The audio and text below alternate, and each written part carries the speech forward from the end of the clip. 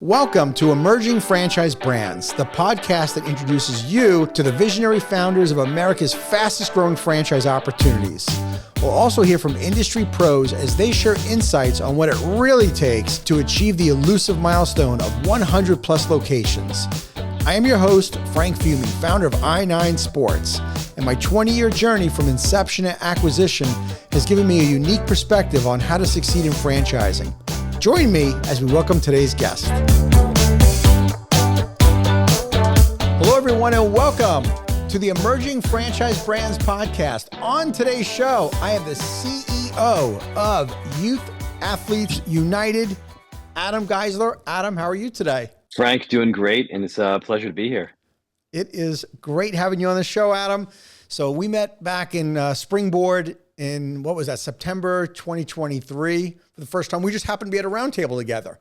Yeah, it was really, really exciting. And again, I think for me, very fortuitous because again, we're in a very similar business. We both have very similar shared visions and missions of how we can positively impact kids through sports. And I was thrilled to have the opportunity to kind of talk to you about what we're doing and have somebody who cares so much about how we're impacting kids through sports. That's awesome. Well, Adam, I preach on the podcast since I've been doing this on how generous the franchise community is. And I learned this from my very first IFA, that you could have two direct competitors sitting next to each other, sharing ideas, sharing best practices. At the end of the day, the industry in youth sports is huge.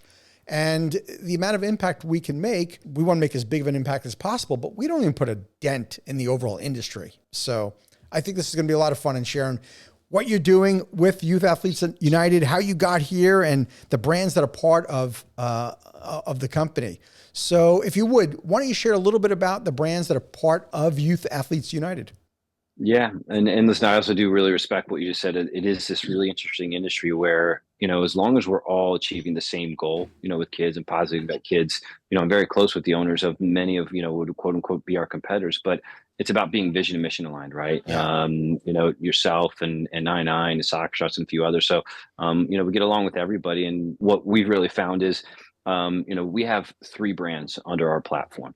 We have Soccer Stars, Amazing Athletes, and TGA Tennis, Golf, now Pickleball, and Athletics. And these three brands really were acquired. They were all founder brands, right? We weren't the founders. What we were founders of is creating this platform, this idea to really, what we'd like to say, make great greater, right? So we had this vision and thesis. And when I say we, is myself and management team. We all came together. We were no different than any other franchisee to some extent. We put our own capital in along with private equity. And we bet on ourselves to say, listen, can we create this space where every kid is an athlete and they have fun while learning the fundamentals of sport? And so where we really focus our business and our vision and our strategy today is being that first sport experience, making sure it's a positive experience for the kid and the parent. Right. And so that's really the big piece. And so between Soccer Stars, Amazing Athletes, and TGA, we're anywhere between, call it 2 to 12 is really the sweet spot of ages that we want to impact. Mm-hmm. And again, it's not so revolutionary in terms of what our secret sauce is, but it's just having fun. Right. And you've been through this yourself. And the reality is that first sport experience for a kid, if we're getting a kid at 2 years old and 3 years old, and it's their first Soccer Stars, Amazing Athletes, where it's their first tennis class or golf class at 6 years old, and that coach isn't fun, the curriculum isn't fun, mom and dad, like, I tried it, I don't want to do it again. Right. Think about that, right? It's a huge opportunity if you do it well, but it's a huge responsibility if you don't. Right. And so we take that very, very seriously of bringing a lot of fun. We have curated curriculum that's been curated for over 20 plus years across all the brands that we've acquired. And that is fundamentally at the root of what we do, is can we have a positive impact on these kids with those first sport experience? And listen, maybe we'll have some of these kids that stay with us and, they'll play soccer and they'll go on to be, great soccer players. We have a great story I'll tell you in a second. Mm-hmm. Or maybe all we're doing is we're just giving them an opportunity to create healthy habits, be active, and also decide, is that something they want to do for themselves? Mm-hmm. I think one of the things that's really important, Frank, for us in the space is we really are in the unintentional play space. And I think you can appreciate this from where you're coming from. Our goal is we want every kid to have a really good experience and try as many things as possible from the age of as young as 18 months all the way up to 6 years old. But then at 6, you want to give your child enough experiences where they can say, listen, mom, dad, I think I want to start to do this, whether it's golf or tennis or soccer, whatever it may be. And that's really at the core of what we're trying to accomplish, is give them that athlete pathway to then say, I've made this decision to do that. Because Right. we put a lot of pressure on ourselves as parents, and seeing the level of athleticism out there to say, why isn't my kid in competitive sports at age 2? And that's the exact opposite of what we want to accomplish. Of course. And specializing in a sport too early at an age is not good for anybody. That's It's not. no. It's not. It's the anomaly. And there's this great podcast and book called The Sports Gene, and it talks about these kids who come from very athletic genetic backgrounds, with good family pedigree, and you don't want to force your kid into anything too early. You want to let them really have good positive experiences. Is the best thing that we can provide, Mhm. and let them learn their way into whatever it is that they decide they want to do. Yeah. At the end of the day, we all played sports because we wanted to have fun, right? And we want to win too at the same time, but kids play sports because they want to have fun. And we always said back in the office, back in the day, that it was the parents the problem. The parents the ones that get in the way. The kids are never the problem. It's usually the parent. So, but I want to go back to what you said earlier. It is about that experience and the pressure we have as franchise owners down to the local level. It's the coaches make a huge impact on that customer experience. Now, I'm sharing this because I know as we're talking, I'm thinking about other 2 emerging franchise brands that are non-sports related that I think will still relate to what you and I are saying, that there's somebody on the front line of their business that might not necessarily be their employee, but somebody that has a direct impact on the business. And we're kind of in a very difficult situation where our coaches in our businesses make such a significant impact, yet we also have sport coordinators. I don't know if that's something that you guys done as well. So there are people that are involved at the corporate level or at the franchise level, but it's an enormous responsibility to making sure that we're delivering a consistent experience, and to flow this through volunteers and several employees makes it quite a challenge as you're getting scale. Wouldn't you agree? 100%. And so, and you really use that last part, was really poignant, right? Scale. Yeah. Right. We want our franchisees to scale. So, we think about both of the businesses that you're in or in and I'm in. You have to be where the customer is, right? We are not destinations, we're locations, right? So if we're 30 minutes away, a parent's not going to come to us, right? We have to be Right. where the customer is, especially at those younger ages. And so if you're going to be at scale and you're going to be running 10, 20, 30, 50 locations, you can't coach everything. Mm-hmm. So your coach is your product. And that is so important. And I agree with you. You could have, let's just use soccer example. You could have the best soccer field. It could have lighting. It could feel like the greatest space in the entire world. Mm-hmm. If the coach stinks, it doesn't matter. Right. Conversely, we run classes. I mean, you'd be surprised some of the places that we run classes when it comes to soccer. Like, we just need 1,500 square feet of space. We have, we're in a corner of Central Park where they'll give us a place that is just dirt. But man, if we put a great coach out there and that coach gives the parent a good experience, it doesn't matter, right? Because we're really focused on how do we unleash the kid's imagination. They're not learning. They don't realize they're learning, but that coach is everything. And so we talk a lot to our franchisees. Okay, first we have to train you. You have to be able to coach, but we don't want you to coach, Mm-hmm. because the second you coach, you're coaching, you're not growing, right? You have to be confident you can go and scale the product and scale those coaches. And we're very intentional on the type of curriculum we have, ages and stages. And we take franchisees through a 3.5-day training, in-person training. And the most important thing that we say you have to come out of there is you have to be able to know the product, Mm-hmm. top to bottom. And so we're very relentless and maniacal, making sure that that curriculum is so good and so important, and that we have learning management tools that really get down to the bottom. We'll go do in-person trainings, we'll go do regional trainings. But to your point, if that coach can't represent you well, it impacts your business significantly, both positive or negative. Mm-hmm. Yeah. And also thinking about going back to the franchisee in order for them to grow, right? We talk about the importance of scale. If they get in the weeds and they're working at the venue, then they're not going to open a second or third or fourth venue. And the only way you're going to succeed is having multiple locations. Yeah, and it's a hard thing for new franchisees to really come into, because it's their personal currency. Think about that Right. business, right? Like, it's you when you're out at the supermarket or whatever you may be, and you run into a parent and they recognize your program or one of your coaches, like there's such personal currency. It's your personal reputation. Right. And so that coach becomes this extension of you. And so if that coach gives a bad experience and somebody kind of comes up to you and says, listen, I took your amazing athletes class, and that coach didn't deliver, like you take it really personal. It hurts your personal currency, right? And Sure. so that's what we talk to the franchisees about. But going to your point, it's really hard for franchisees to often let go, right? Hmm. They'll get in there, they'll start coaching those first classes, and they'll say, and odds are nobody's ever going to be as good a coach as the franchisee, right? They care about it so much. Hmm. And so they have to really,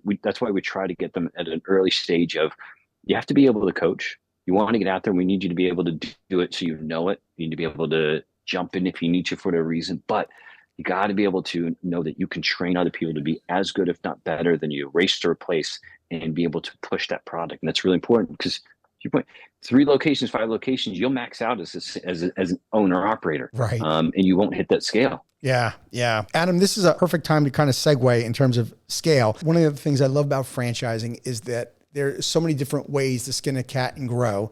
And what you guys have done at Youth Athletes United is a little bit different by creating this platform from the get-go and taking on 3 brands that were well-established, founder brands, right? So I'm curious now. Of course, I took a different approach. I was as the founder of my brand and grew it, and then eventually sold it. I'd like to hear about how you guys went through that process. So, for how long has the platform been around?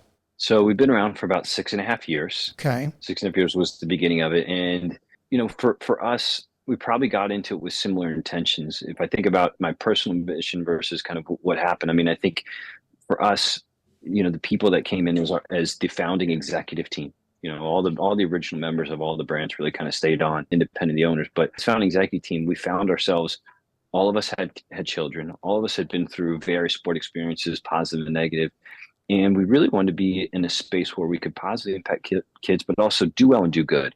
Mm-hmm. And that was really at the core of how we got to where we got to. I wouldn't say we had a mission to go find a soccer business or a multi-sport business or TGA. It just so happened that I think you get lucky and you make luck, right? And Mm-hmm. one of our partners, was CTO, had heard that Soccer Stars was for sale. He texted me and he said, Adam, like, we got to go buy this thing. And within probably a week, I had 4 people ready to go. We had raised capital, private equity, and we were kind of off to the races and started doing research. We found amazing athletes. Also, was available at the same time. Bought these 2 brands together, and so I think what we really focused on was we saw an opportunity to be disruptive in this space, Mm-hmm. create a better first sport experience. And I think where we're always very complimentary to what you build in kind of rec sports with I9 is, how do we make that first experience really good so that people decide when they get to rec sports they have a better experience, right? They've learned not butterfly soccer, but they've learned how to pass the ball and all those things. And I think about me and my personal experience. I grew up in Arlington, Texas, so I would say whatever's in the water, whatever's in the food, all of my friends, all those kids, I mean, people are just athletes, right? Right.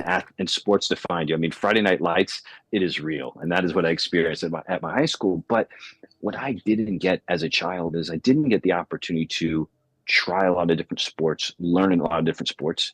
I got thrown into soccer and I loved soccer. Mm-hmm. But I thought if I kicked the ball halfway down the field, I was doing a good job. Nobody really taught me the strategy of what I was actually trying to accomplish and moving the ball and ball control and all those things. And if we have that opportunity in this generation where we are now to have a greater impact on we call them, educational sports programs, but really having fun while teaching these fundamentals. Sure. And we can really have them have better experiences to keep them active. We don't need to create professional athletes, but we want to get kids more active. So, when I think through my experiences, I wish I had a TGA when I grew up. If I could have learned at 6 years old the fundamentals of golf, I would have picked it up at a much earlier age. I was Mm-hmm. probably like a lot of people my age, where I didn't play golf until I was in college. I had my grandfather's like heavy old like wooden clubs, and I went down there and I just started hacking away. Right.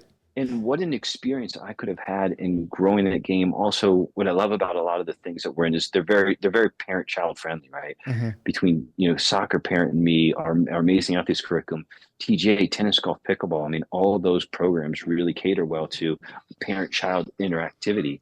And so we really love the impact that we get to have on children and the Sure. communities.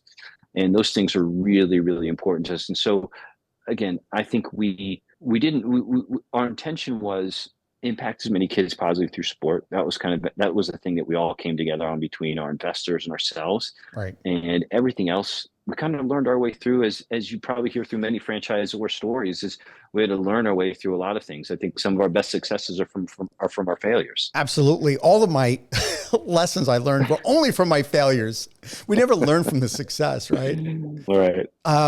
I'll be very honest with you and transparent. My starting out, we were doing adult and youth sports because in my background, I ran an adult men's softball league in Long Island. I know you're in New York City. And so that was sort of my start. And then when I moved to Tampa, I started running flag football for kids in the late 90s. So it was just natural that when I franchised I-9 that we were both adult and youth sports.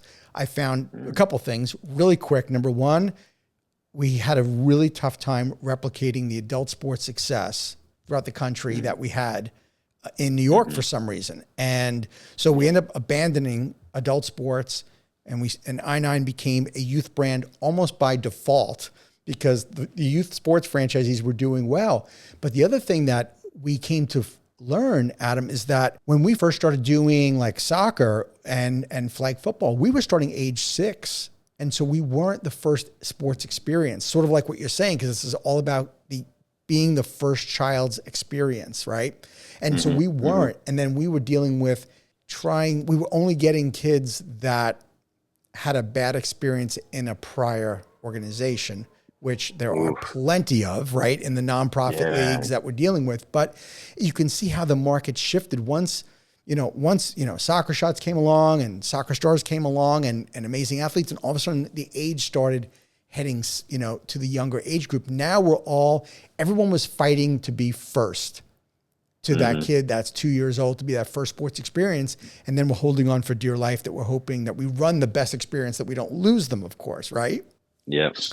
I'm so curious about the platform in that, okay, so you guys purchased Soccer Stars and you purchased Amazing Athletes right around the same time. Tell the audience, what is the difference between the two organizations in terms of the offering? Yep. So soccer is obviously exclusively soccer. And when we bought soccer, it was just an operating company. So 13 states. So imagine what you talked about, replicating, your adult leagues across, multiple cities, multiple states. That's what the previous ownership had done. So the good thing is it was done in a lot of urban cities that are really tough to franchise: LA, New York, Chicago. And so we spent, I'd say, the first 4 or 5 years learning the business. And any time that we bought a business, I think it was really important. We every time we buy them, we do nothing and look to improve everything, right? And I think that's in this acquisition entrepreneur model, which we really have been in. We want to earn the trust of our franchisees, our employees. So we want to listen, learn, and kind of grow, and then find ways to improve. So Soccer Stars was purely operational until our operating company in 13 states until last year. We just started franchising, and it's been explosive growth. We're up to almost 100 units sold. Congrats. Thank you. With really, really great owners who care about what we do. And the benefit is that we've got 20 plus years of experience behind us, and all of the original management team has stayed with us. So these are people who started this thing from day one. So we've got really good support structure, really good franchise training, and really good people to lean on. And we have our own operating units, to be able to say, listen, we're not asking you to do anything we won't do ourselves.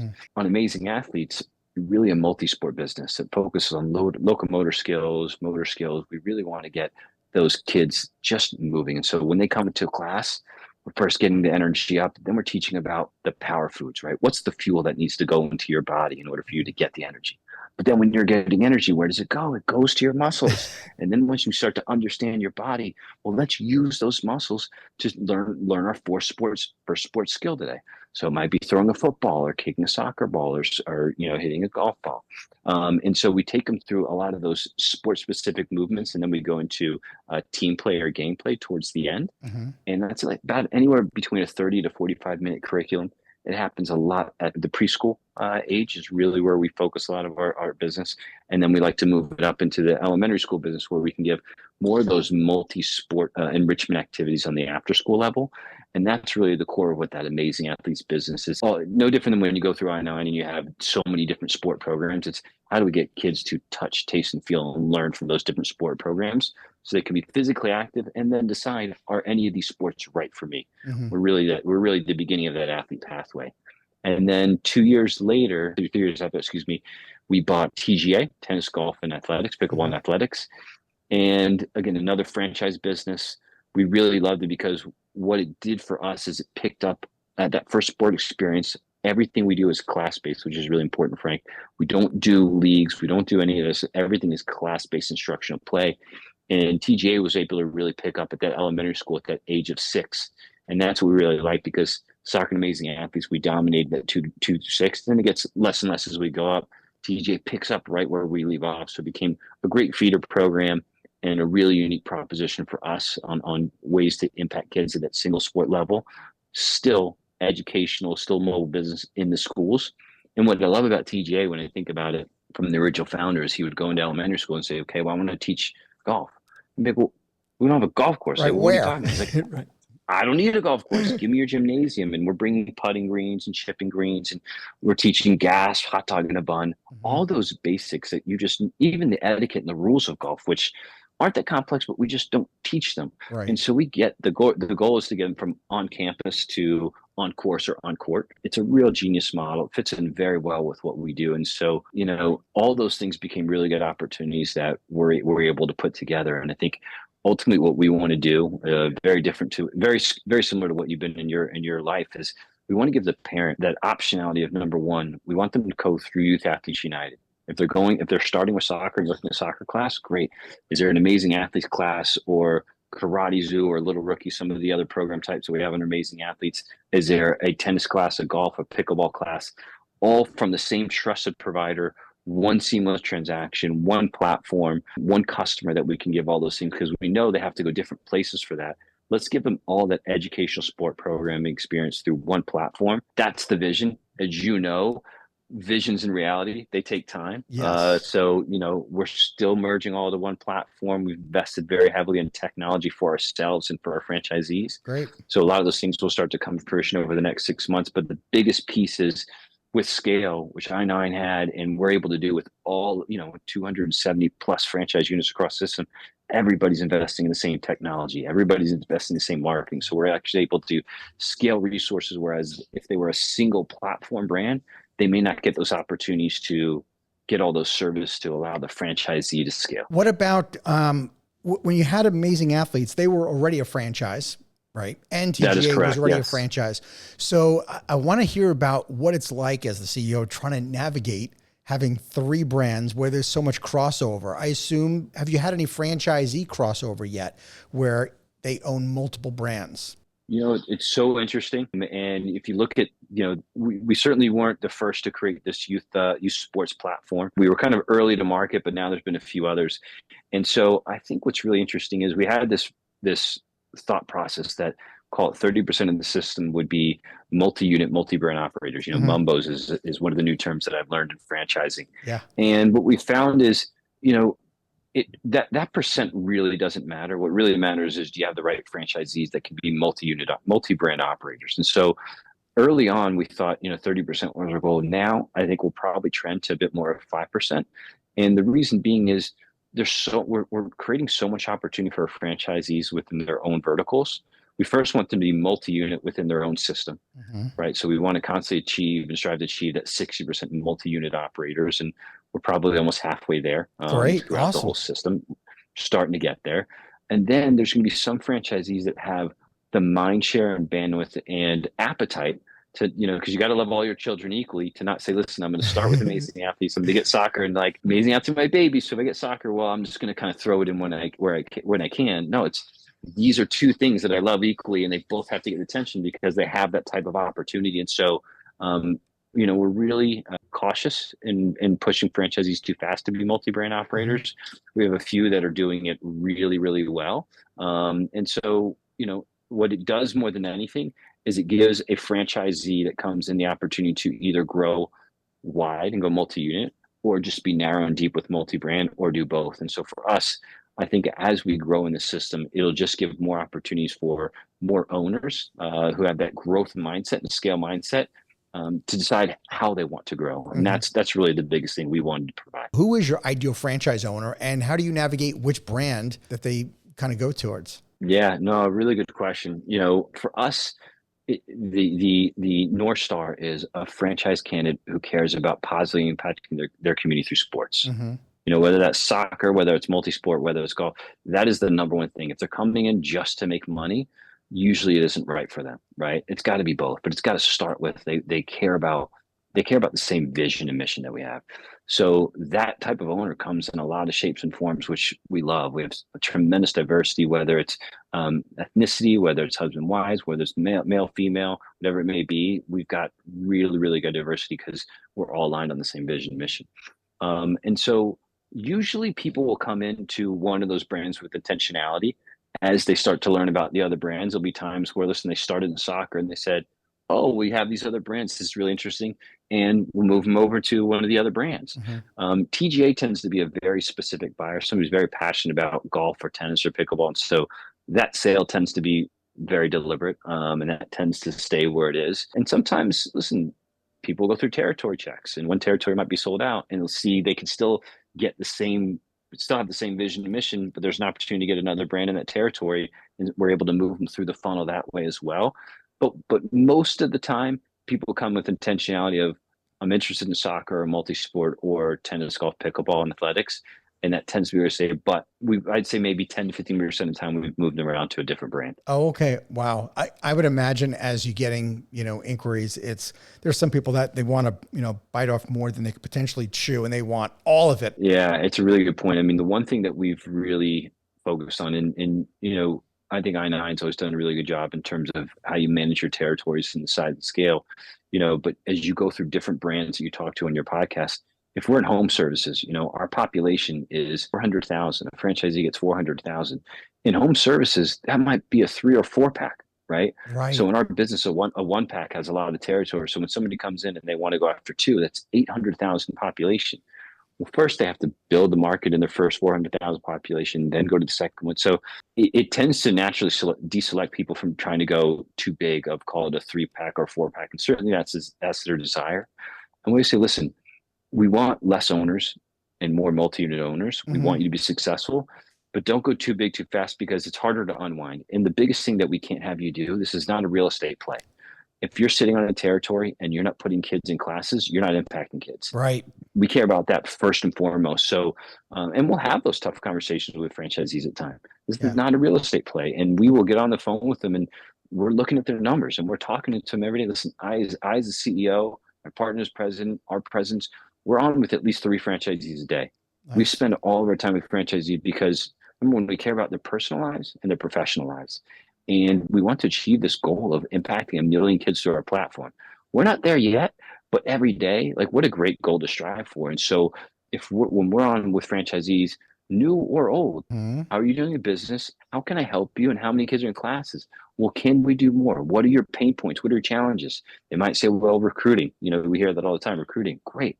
We've got an in-house recruiter who can help you go find coaches. Let's eliminate that roadblock from you. What else you got? Right. I can't get it. I can't get this. Well, let's give you 3 techniques. We just sold to this location last week. Here's 3 techniques on what you can do. Oh, well, I don't know how to market this particular location. Great. I'm going to set you up a one-on-one with our director of marketing. She's going to walk you through all the different ways that you can take Nice. low enrollment classes. And so, we're so passionate about how many kids we can impact through this platform and finding different ways to do it. It's not just through, we run a lot in schools and elementary schools and parks and rec, but we also run in a lot of religious institutions, Mhm. churches, synagogues, mosques, whatever it may be, because if that's a way that we can impact the kids and impact the parents, why not? Sure. So as long as we can get that activity out there, we've been pretty creative and innovative in finding ways to get our content out there to more people. Adam, what would you say are the traits that a franchisee needs to be successful under your platform? They have to be able to sell, right? Hmm. So we start there because if you're a great coach, it's phenomenal. You're great at marketing, it's phenomenal. But if you can't go sell to your locations because you have to be able to connect with directors, connect with the communities, you struggle. Now, when we say that, every single person, every single franchise owner that comes through, unless you're deathly afraid to get in front of a customer, we can teach you how to sell. Because in this business, it's just about time saves your money. Everybody needs a multi-sport program or a tennis and golf program or a Hmm. soccer program. They all need it. It's just, do they have time, space, money, or budget? So usually what happens is we have a business success coach. By the way, which I also think we're really fortunate of. All of our business success coaches are former franchise owners who have sold and now want to give back their time to help other Wow, owners grow, which that's is awesome. awesome. It's so, so awesome. We're very, very fortunate. But they will go in, and once you get that first sale, even I listen, we have some franchise owners that, I would tell them, and they know they're not the best salespeople. Once they realize how to have that conversation, they've all started to cross that threshold. So that's really good.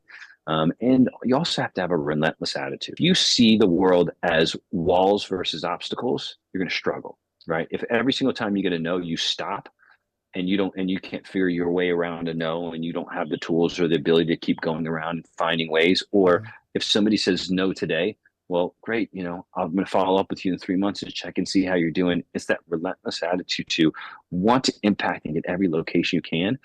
Those two things are paramount to success. Everything else, they tend to have the other traits. They can build a good coaching culture, they have a good positive vibe, they care about what they're doing, their vision, mission line. But we need you to be able to be relentless about this vision and mission and how many kids you can impact. Right. It's the sales and it's the soft skills that you really need for the business. It's not how well you know the rules of soccer. And you probably don't care if somebody was a former soccer collegiate star and they would have went professional if they didn't blow out their knee. And you know what?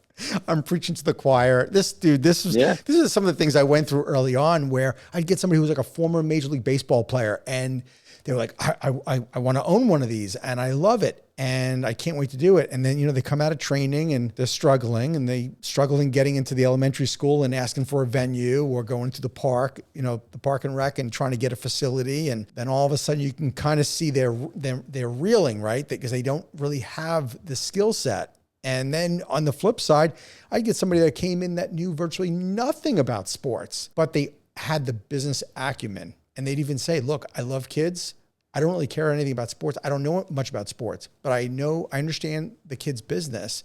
And they would go, like a rocket. And you would think though, if you looked at the two individuals on paper and you didn't know better, you would think, okay, it's the former athlete that gets it. And that's not the case. It's so true. It's about that, people who want to be communitarians, but more than anything, some of our best coaches, like we can teach you in this business, we can teach you how to run a class, Right. but we can't teach you how to connect with a kid. Right. And so some Yes. of our best coaches are actors, they're teachers, they're just people who know how to get down on that level and connect with that customer, connect with that kid. Those are some of our best owners, best coaches. And to your point, sometimes the more serious athlete is just thinking about that athletic gene, right? That how do I get these kids to the next level so they can get to college, and they forget that this is just about connections. This is about getting kids moving and fighting this. Listen, there's a big epidemic coming our way, and it is Mhm. about childhood obesity. We have to compete with, you and I are going through technology literally as we speak.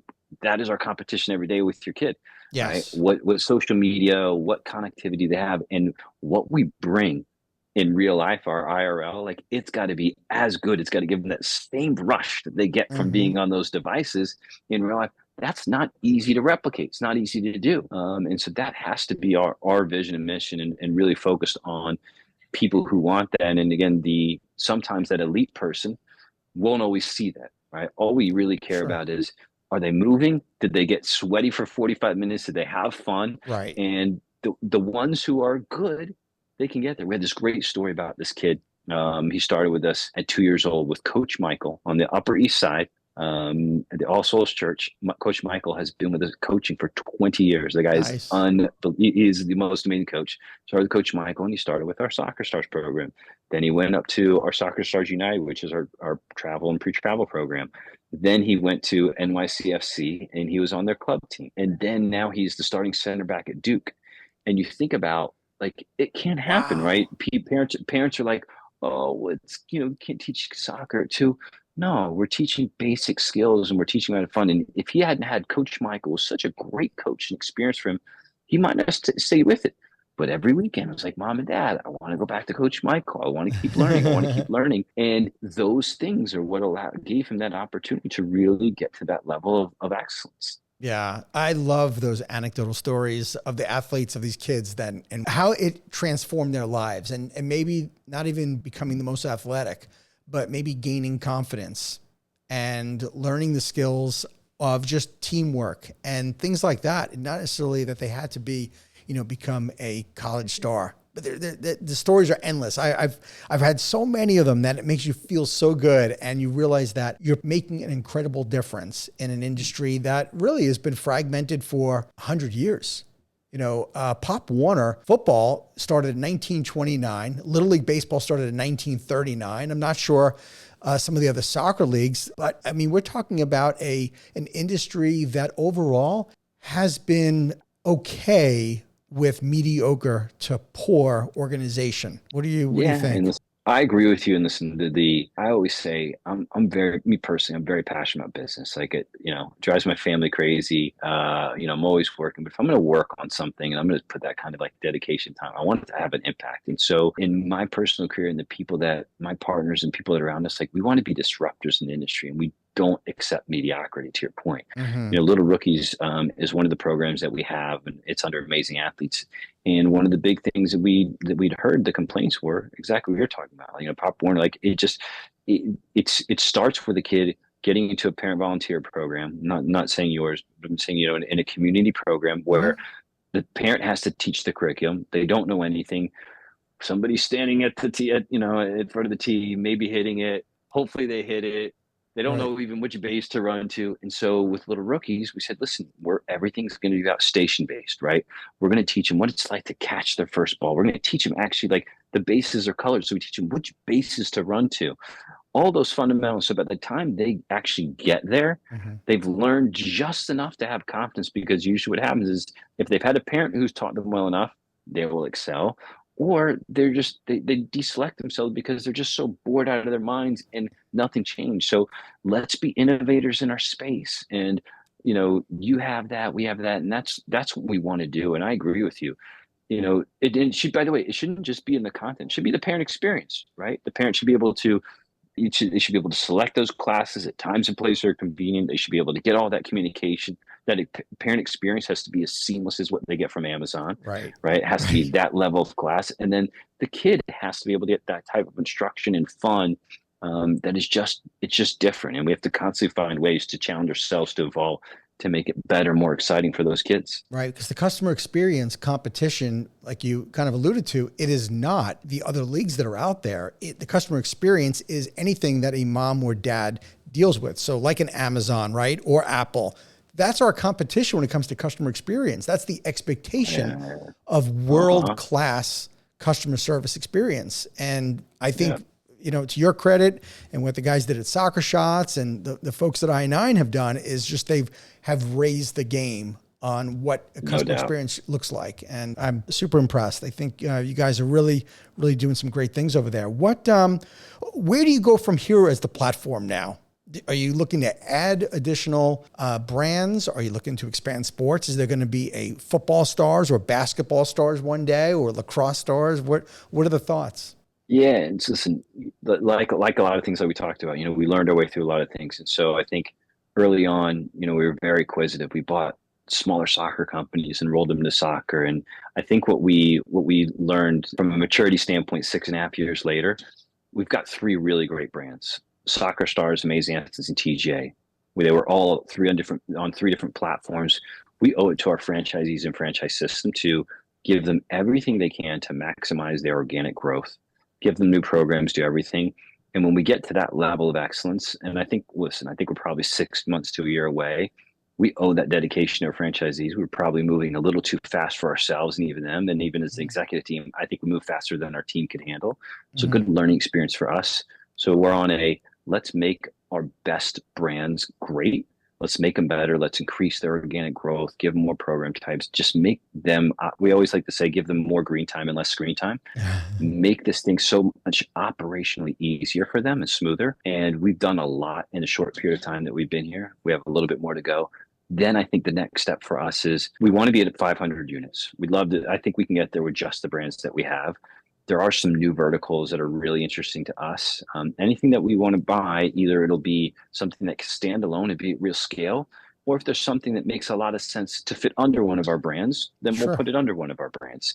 But I think there's 2 or 3 sport verticals that we're really interested in. Listen, at some point, I think the marriage of sports and education is really important. And maybe we'll get into that enrichment side within the platform. We'll start to see how those two things really play better together. But we've got a long runway. From baseball terminology, we still feel like we're an emerging brand and we're like in the second or third inning of this thing.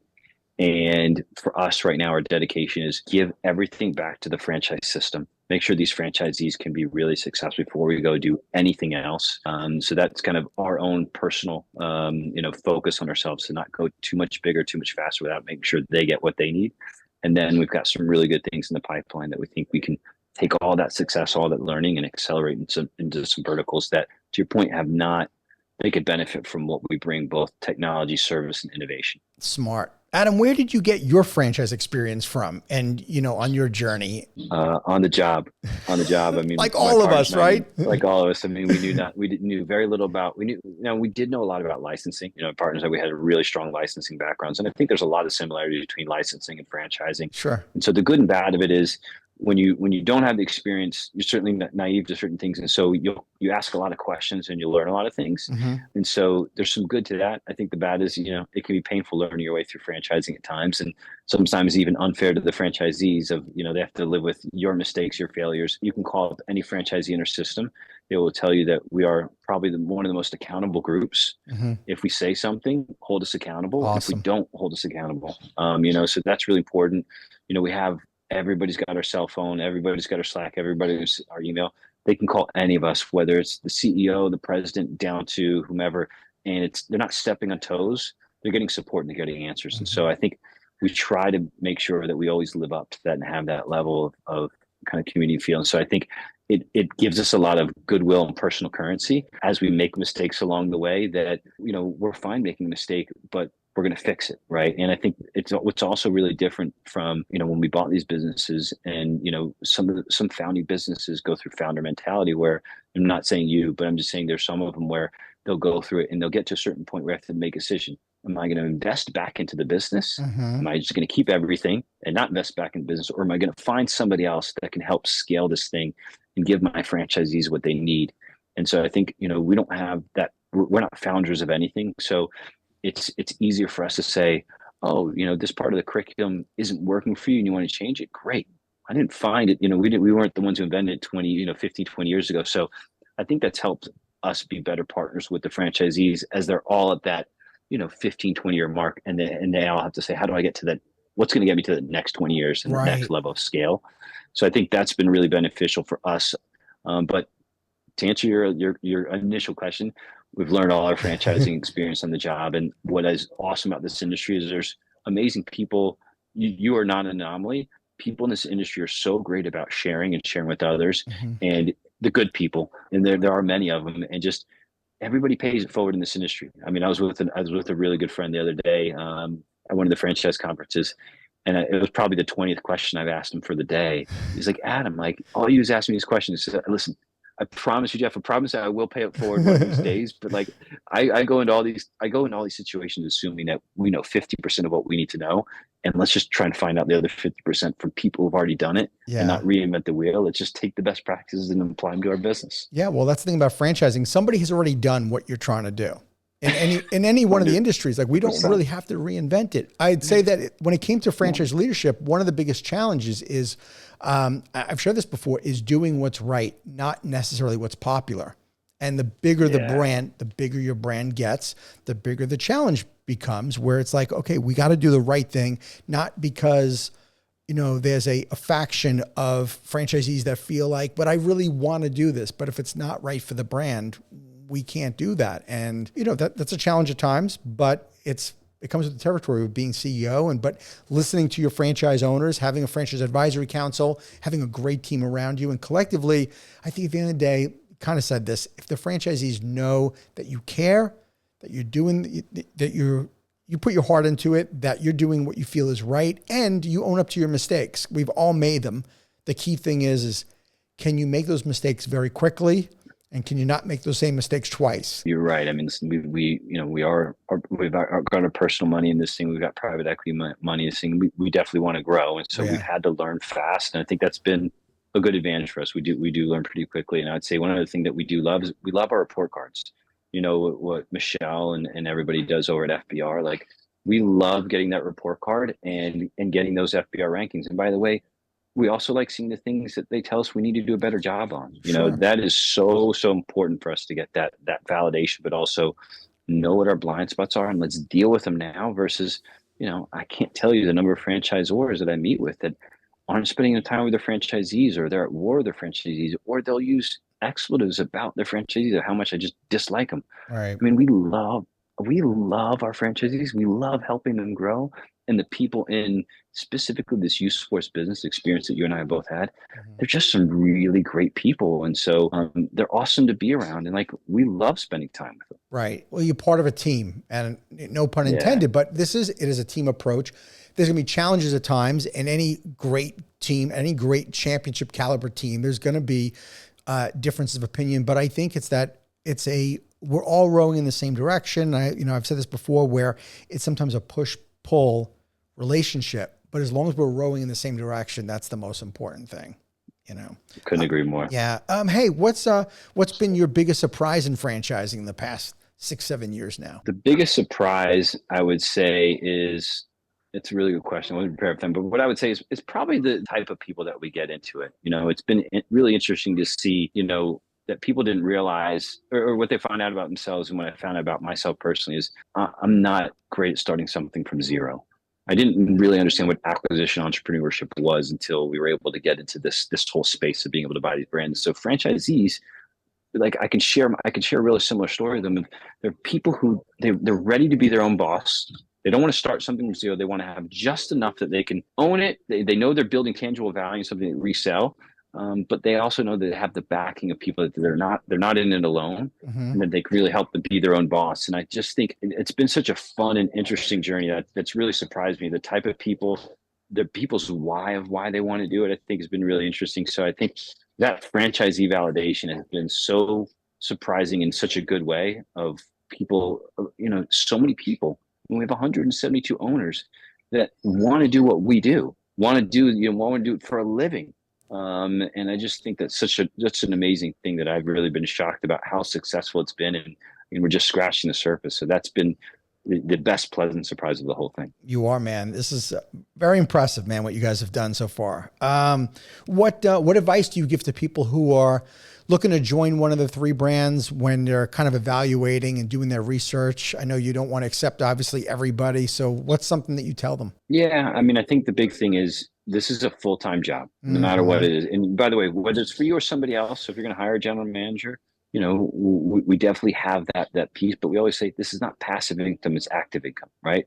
So even if you're not the full-time person doing it, you've got to be willing to be in your community. You got to be able to sell and impact your community and drive this thing. It has to be your passion. So I think that's a really big thing that we talk to people, and it's not easy, right? It is kid by kid, it's class by class, location location. You and I know this really well.